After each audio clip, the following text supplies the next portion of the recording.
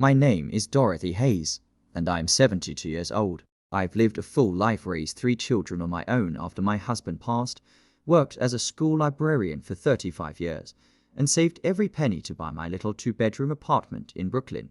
That apartment wasn't much to look at, but it was mine. Every corner held a memory, every wall a story. My son Marcus was my youngest, a gentle soul with his father's kind eyes and my stubborn determination. He became a civil engineer, married a woman named Vanessa, and for a while I thought I'd finally have the daughter I never had.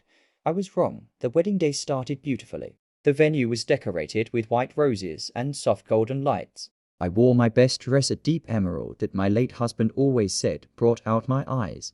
I arrived early to help however I could, carrying a box of family photographs I'd carefully selected for the reception tables. Pictures of Marcus as a boy, his father holding him, our family through the years. Vanessa stopped me in the hallway before I could enter the main hall. She was stunning in her wedding gown, but her face was cold, harder than I'd ever seen it.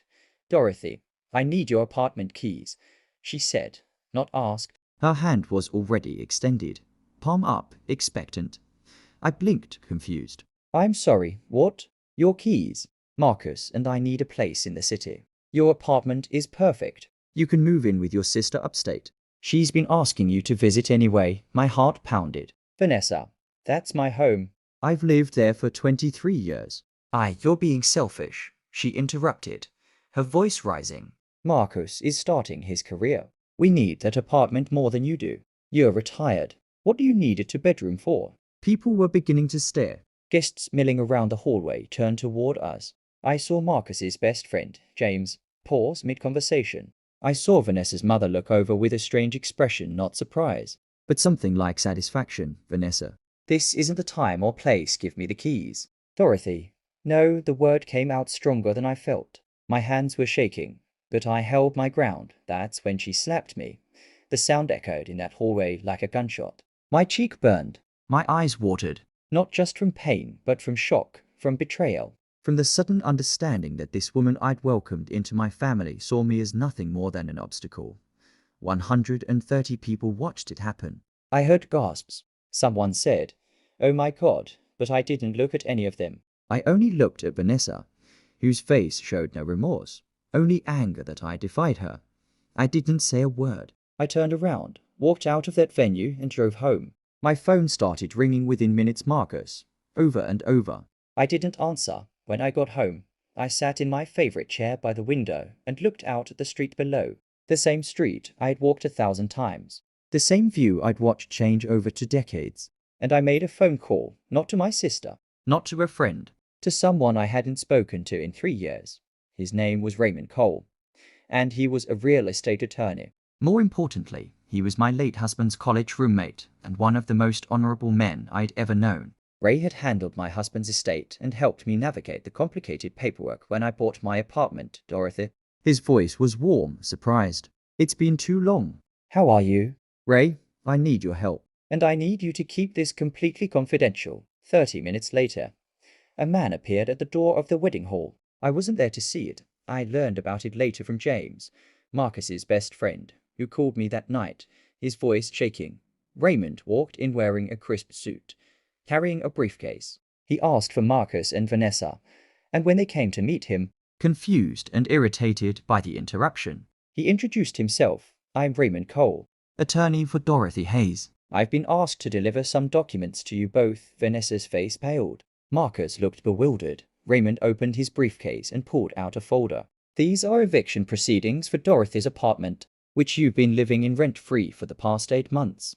I learned later that Vanessa had convinced Marcus to move into my apartment temporarily while they saved for their own place. I'd been staying with my sister, telling everyone I just wanted to give the newlywed space. I didn't know they'd been planning to make it permanent, to pressure me into giving it up entirely. Additionally," Raymond continued, his voice carrying across the now silent hall, "Mrs. Hayes is formally requesting repayment of the $43,000 she loaned to Marcus over the past 3 years for his graduate education, his car, and his wedding. She'll accept a payment plan, but she requires it in writing." Marcus's face crumbled. $43,000.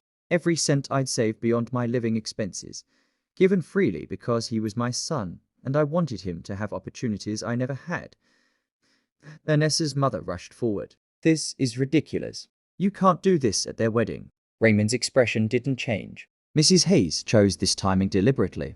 She wanted your entire family to understand that kindness should never be mistaken for weakness, that generosity doesn't equal obligation, and that a woman who worked her entire life for what she has doesn't deserve to be assaulted and robbed by the people who should love her most. Then he turned and walked out. The wedding continued. I'm told, but it was never the same. People whispered. Some left early. Vanessa cried not from remorse, but from embarrassment. Marcus sat at the head table looking lost, finally understanding what his new wife had tried to do. The phone call started that night. Marcus called 17 times. I answered on the 18th. MOM. His voice was broken. MOM, I didn't know. I swear I didn't know she was going to do that. But you knew you were in my apartment, Marcus. You knew I was staying away to give you space, and you never once asked me if that was what I really wanted. I thought. Vanessa said you were happy to help, that you preferred being at Aunt Jean's. I closed my eyes. And you believed her because it was easier than asking me directly. Because you wanted what she wanted, and it was convenient to think your mother wouldn't mind. The silence stretched between us like miles. Marcus, I gave you everything I had, and you were willing to take the last thing I owned because your wife decided she wanted it. That slap hurt. But your silence hurt more. He was crying now. How do I fix this? I don't know if you can. I hung up. 3 days later, I found out what happened next from my sister Jean, who'd heard it from Vanessa's cousin who was at the wedding. Vanessa had tried to spin the story, claiming I was a bitter old woman trying to ruin their special day. But too many people had witnessed what happened. Her own relatives started questioning her. Her mother, who'd clearly known about the apartment plan, was furious at being publicly embarrassed. Marcus moved out of my apartment within a week. I returned to find it in disarray, dishes in the sink, stains on my good couch, my bedroom being used as storage for Vanessa's clothes. I spent 3 days cleaning, restoring my space, reclaiming my life. The money. Marcus set up a payment plan. $500 a month for the next 7 years. It wasn't about the money, not really. It was about acknowledgement, about him understanding that what I'd given wasn't worthless just because it came from love.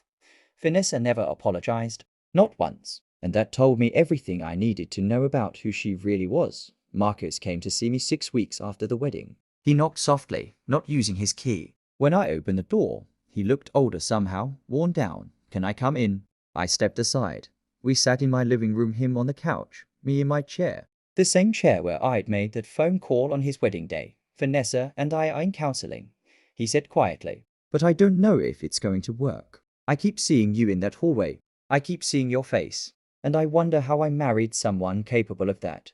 I didn't say anything. This was his journey to walk. I'm sorry, Nimom. I'm so deeply, terribly sorry. You deserved better from me. You always gave me better. The tears in his eyes were real. The regret was real. But the damage was real too. I forgive you, Marcus, I said finally. But forgiveness doesn't mean everything goes back to how it was. Trust is like china once it's broken.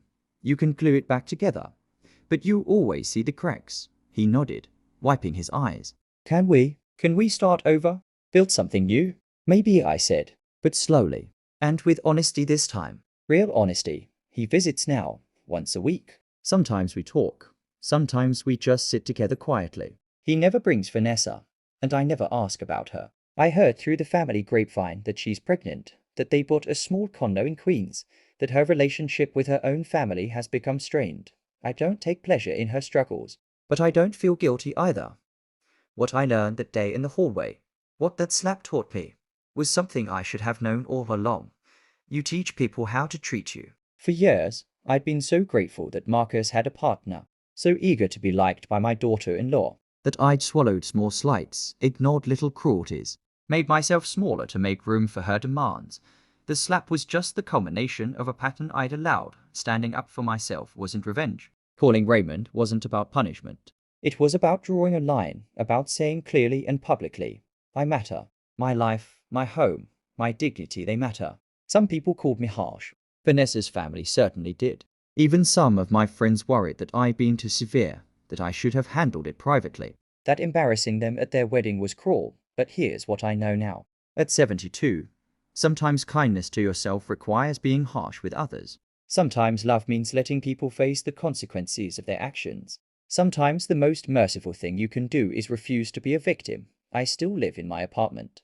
I still volunteer at the library twice a week. I have dinner with my sister every Sunday. And Marcus is learning slowly what it means to truly value the people who love you. As for Vanessa, I don't hate her. I actually pity her.